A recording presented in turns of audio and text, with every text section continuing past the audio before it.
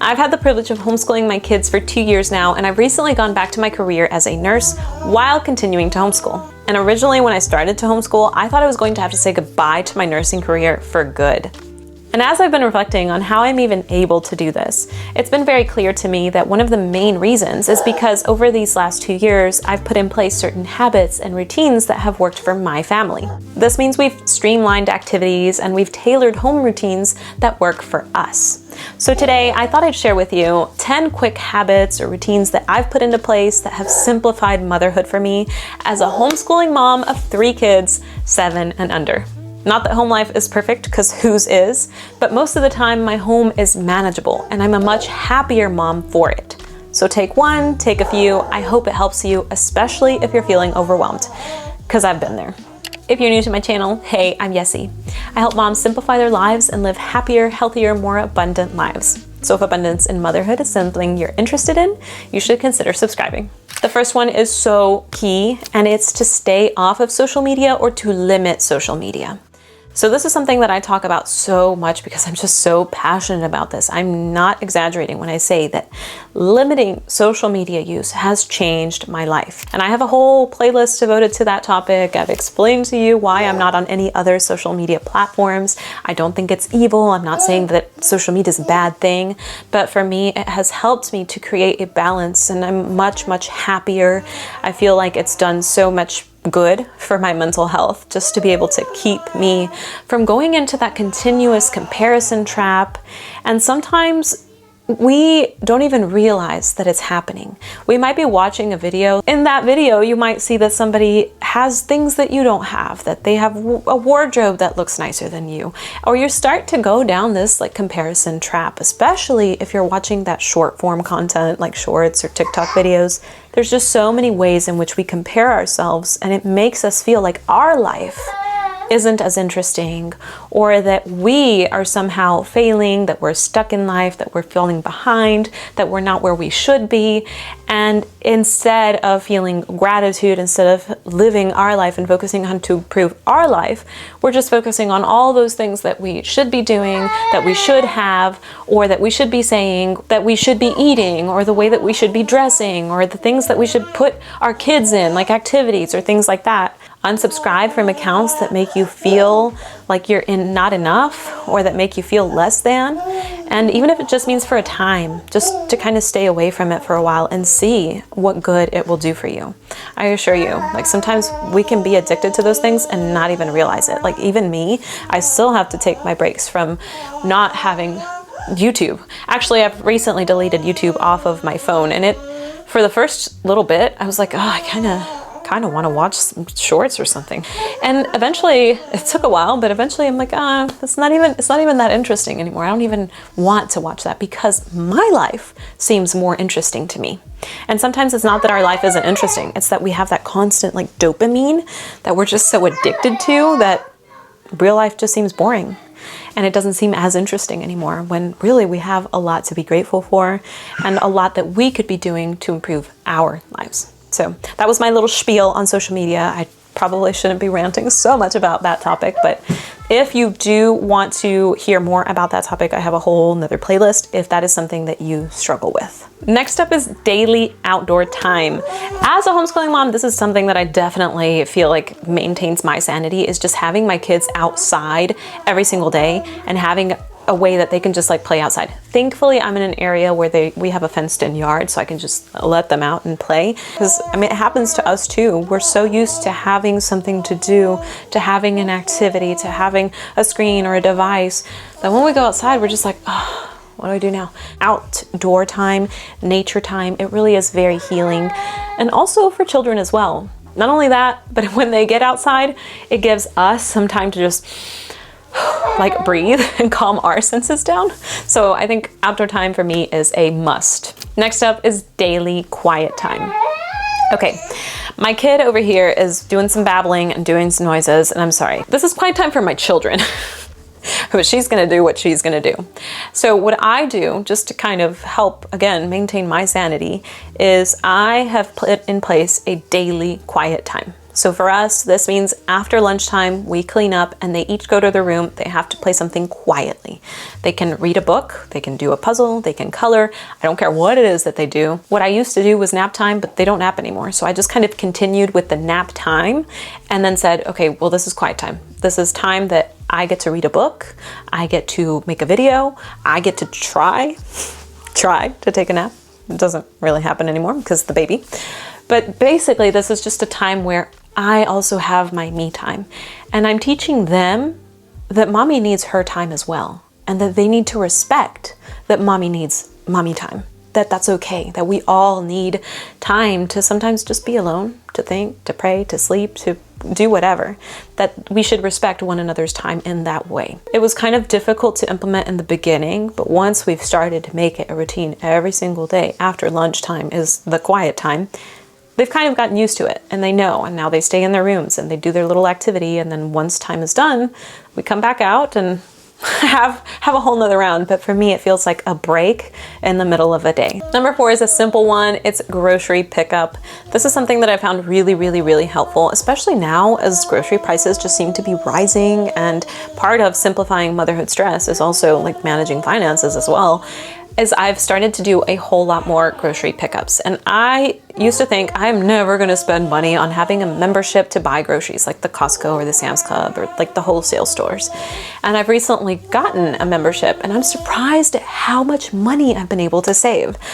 Now the caveat to that is obviously if you have a smaller family, then you may not do very well buying bulk quantities. But for me, I've been able to lower the amount of times that we go to the grocery store. And for the most part, because I eat a lot of fresh vegetables, I eat a lot of home cooked meals. Most of my meals are made at home, but I used to go to Publix or Kroger at least 2 to 3 times a week, and it would be so expensive because those stores are expensive.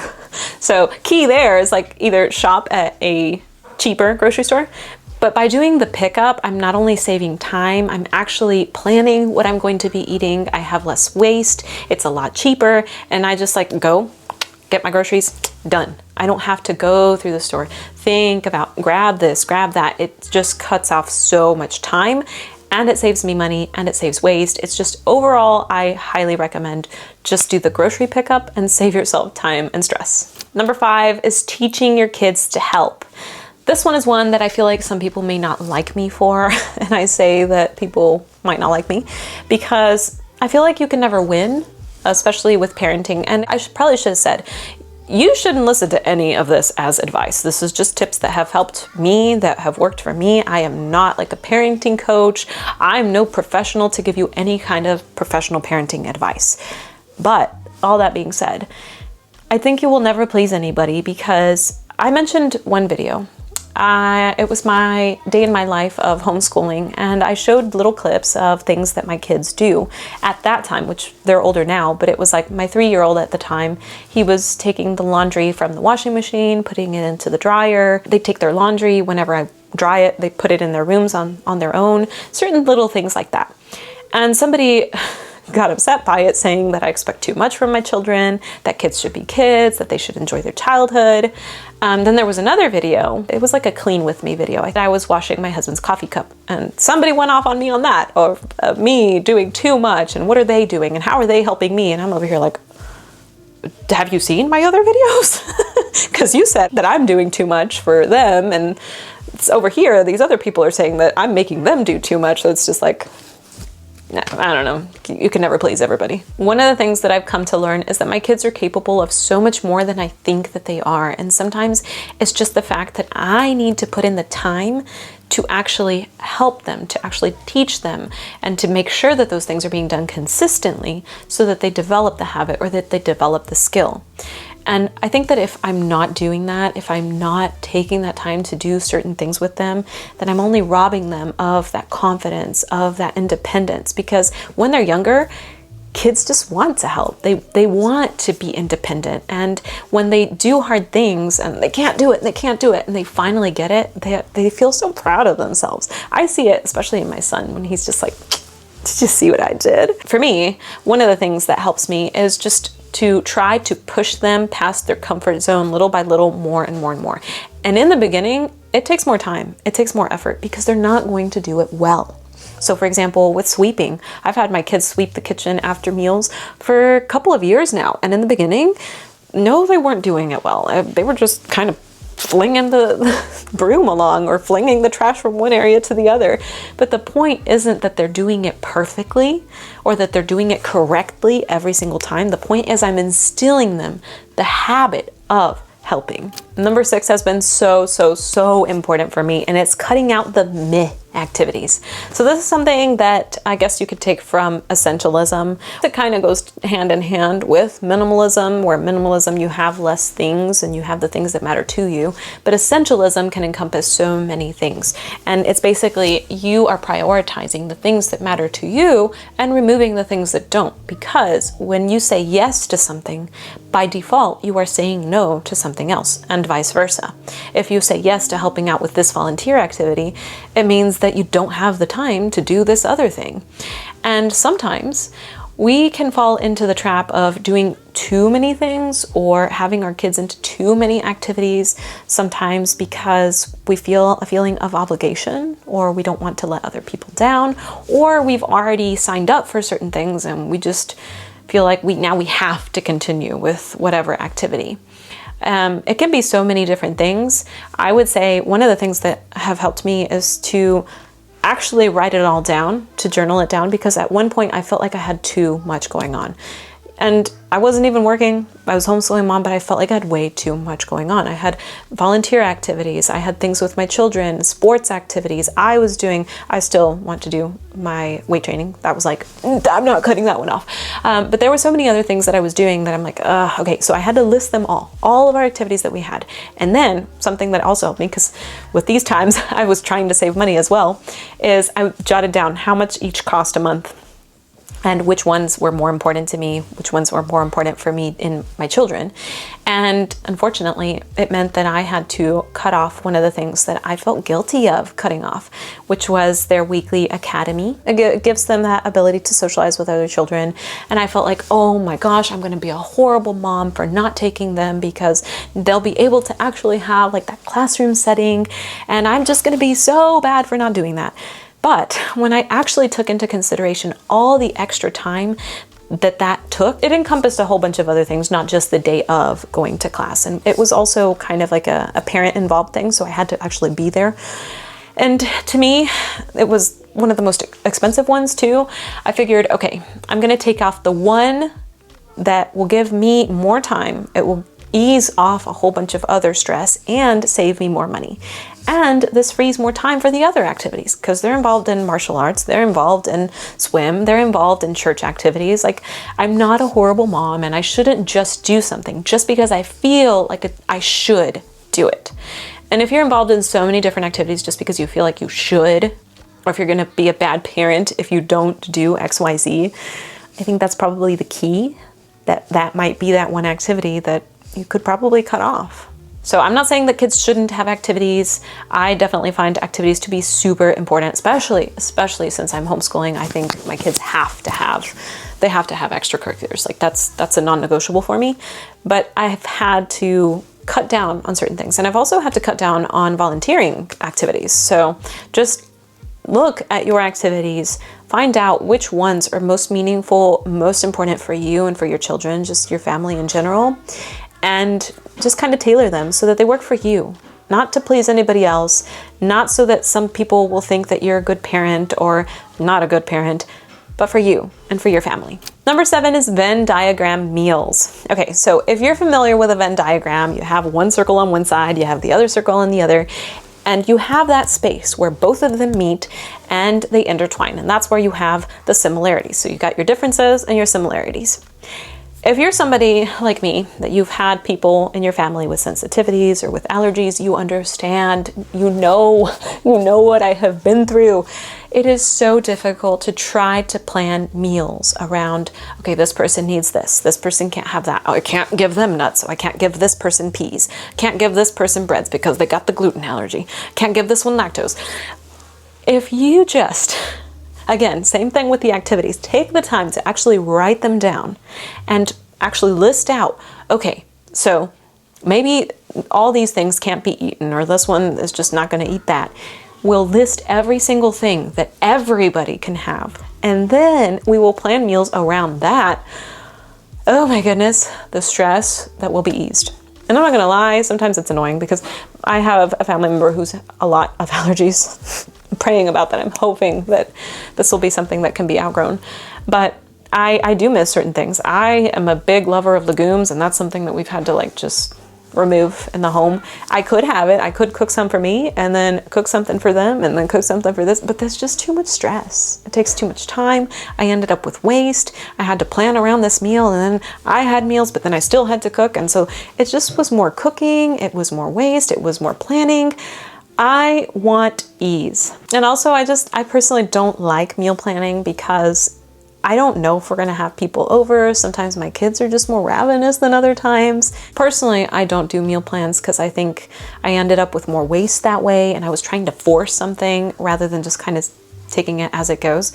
But having a few meals that I can go to every single week, it might be boring because most of the time I'm kind of cooking the same things. But at the same time, it eases so much stress because I'm not constantly having to think about what am I gonna cook the next day? Like, is this you? Let me know in the comments, because I've done this so many times where I'd go to bed and I'd be thinking, what am I gonna cook tomorrow? Like, it was just such a stressful part of my day, especially if you don't like cooking, because I don't like cooking. Not to mention, it's also easier to restock your food, and a lot less goes to waste because you're buying mostly the same ingredients all the time. Also related to simplifying meals is that I batch prep side dishes and I freeze portions for later.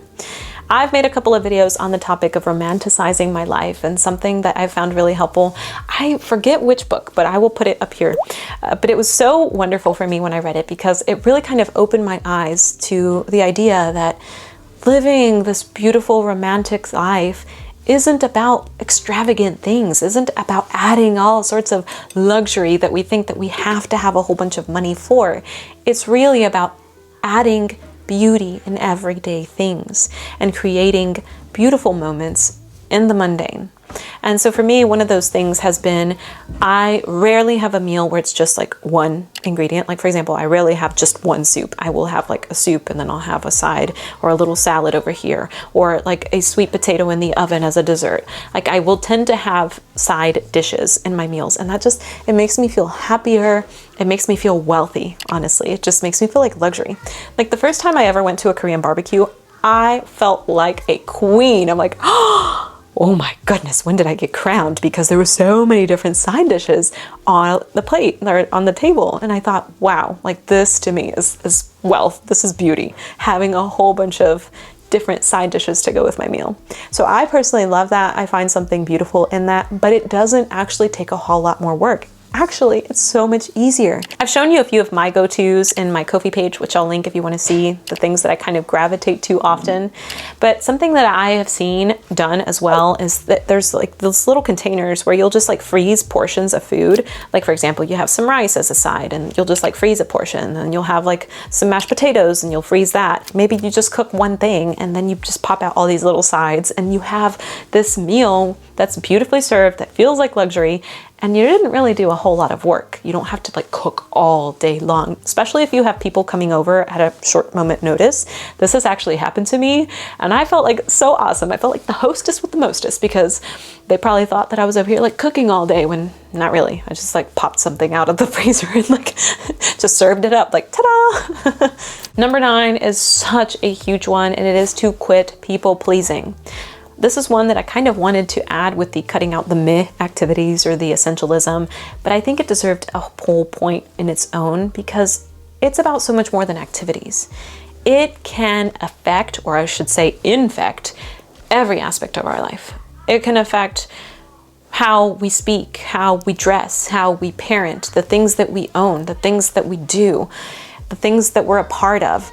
It just can involve so many different things, because if we feel a sense of lack of self-worth, or if we feel like we need validation from other people, we're not being true to us. We're trying to please other people, but we're never going to do it.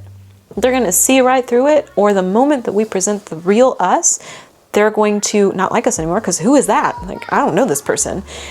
But we're letting ourselves down in the process.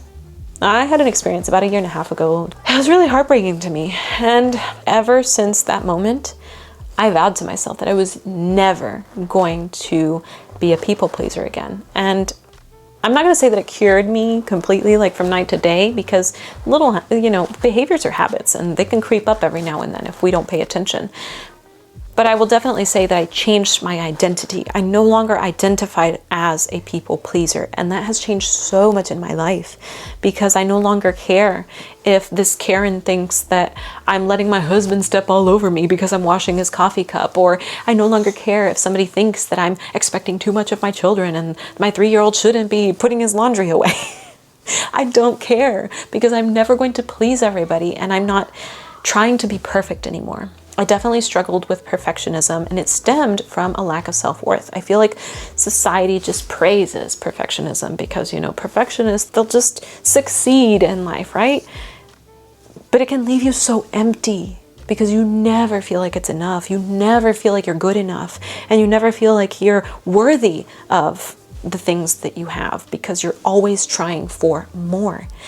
And the moment that I changed that in my identity and just accepted myself as I am and flawed and weak, and I'm not afraid to lose people that I love, whether or not they like me, because if they don't, they didn't love me anyway, or they didn't really know the real me. One of the things that has helped me is prayer, but definitely books that have helped with people pleasing. I will put it here because I don't remember which book, but it was really, really helpful, really, really eye-opening. I definitely think people pleasing can just affect everything. Infect, I should say, because it's like an infection. It infects everything. It can infect how you're treating your children, and it can also lead to, again, doing more than you want to do, like the fear of saying no when you're asked to do volunteering when you already feel overwhelmed as it is. And last but not least, decluttering. It's no surprise. I feel like I can't make a video on how to simplify your life or your home without mentioning minimalism, because to me it has been key in helping my home to run smoothly. Because the less stuff you have to clean, to fix, to maintain, the more time you have to devote to the things that you love. The things that we have in our home take time. They actually take lifespan because maybe you had to work, and how many hours did you have to work to buy that thing? Or how much time do you spend dusting it or cleaning it or finding the cord that matches the thing or sifting through that wardrobe and like trying to figure out where is that thing that you were actually looking for, because you're like sifting through a whole bunch of other things. I've come to a point where I feel like in minimalism, people might go to like one extreme, and it's just to kind of test the waters and see what it's like for them. And then once they realize, okay, maybe that point is good for me or it's not good for me, then they kind of like go back and they find their happy spot. I feel like I've found my happy spot, and I'm definitely not one of those people that's going to live on a backpack and travel the world on a backpack. That's not me. I like stuff. I like beautiful things. I'm a very feminine woman, and I like my pretty things. I like my pretty ruffly dresses, and I like pretty things, okay? I'm gonna have things in the home, and I feel no guilt about that. So I'm not saying that we shouldn't have stuff, or that we should have like a tiny amount of things, or like one spork. Well, I guess, yeah, some animals probably would have a spork. Because, then they don't have the spoon, and then they don't have the fork. Good blooper there. So that's not me, and I'm not trying to say that we shouldn't have things that we need or that we find beautiful. But when we have less things, it's just less to manage, and we just have more time to devote to beautiful things, to things that we actually enjoy and that we find meaning in. But one of the things that has specifically really reduced a lot of stress for me as a mom and just helped me enjoy motherhood so much more is going to be toys. Hands down, toys. I feel like so many moms struggle with, oh, my kids have so many toys, or they don't put toys away, or they just have a toy scattered situation all over the floor. And I have definitely been there. I have been there one too many times. And as a minimalist mom, I feel like I've reduced and reduced and reduced. And you know what? I originally thought that by reducing, I was going to be a bad mom, and I was going to like deprive them of joy and deprive them of good experiences. But I have seen them play better, play longer, play more creatively the less toys they have. I have 2 separate videos on the topic of toys. It's minimalism with kids and how to manage toy clutter. And since the making of that video, I have actually reduced my kids' toy collection even further. And even though I thought that I was doing them a disservice, even though I felt like, oh, I'm gonna be a bad mom because I'm taking all these toys away, I kid you not, they've actually found more creative ways to play. They play for longer stretches of time, and I can't even say that they would notice that change because they still play. They still are very creative in their play. So if toys are a stress for you, or if you feel like you're nagging too much about toys, I highly recommend these 2 videos. And then also that book, Raising Mentally Strong Kids, which has been really helpful for me so far. And I'm starting to kind of implement some of the things that it mentions too, and it's really working very well. So I hope that you have liked this video. If you have any tips of your own, please leave them in the comments below, because I don't know anything. Actually, I really don't know anything. I'm learning right there with you, but I'm actually a happy mom. I enjoy my home. I enjoy being with my children. I love homeschooling, and I'm going back to work because I get bored sometimes. I never thought that I would say that. I never thought that I would say, like, I need more things to do. Like, I never thought that being a stay-at-home mom, I would say, I need more things to do. But yeah, I have streamlined my home, and I feel like I'm not constantly like picking things up and cleaning and cooking and doing all these things, that I have free time, and I want to put it towards something that's productive, that's impactful. And if you've been subscribed for a while, I'm gonna say I'm probably not gonna be posting often. I'm not quitting YouTube because I enjoy YouTube, but YouTube has definitely not had the impact that I hoped that it would have for me. So I'm going back to the thing that I know I have great impact, which is nursing. I want to touch lives. I've told my husband, like, I was crying over this. I'm like, I want that feeling of impacting people's life. Like, not that my children don't do that, or not that being a homeschool mom isn't fulfilling, but I need something where I feel like I'm able to help other people in a deep way. And so I'm going back to nursing, which means, again, we were talking about activities and weighing which one was more important to you and which one has more of an impact for you. And for me, it's going to be nursing. So I'm going to devote more time to that and less time for YouTube. But I still want to do YouTube because I enjoy it. I really do. I enjoy chatting with you guys. I love reading your comments and learning from you. I've learned so much from you guys. So I will still be around. But that being said, you might want to hit that notification bell so that you actually see when I post a new video, because I'm not going to be doing it as often. But I wish you well. I hope that this video has been helpful for you. If you liked it, please give it a thumbs up and subscribe if you haven't already.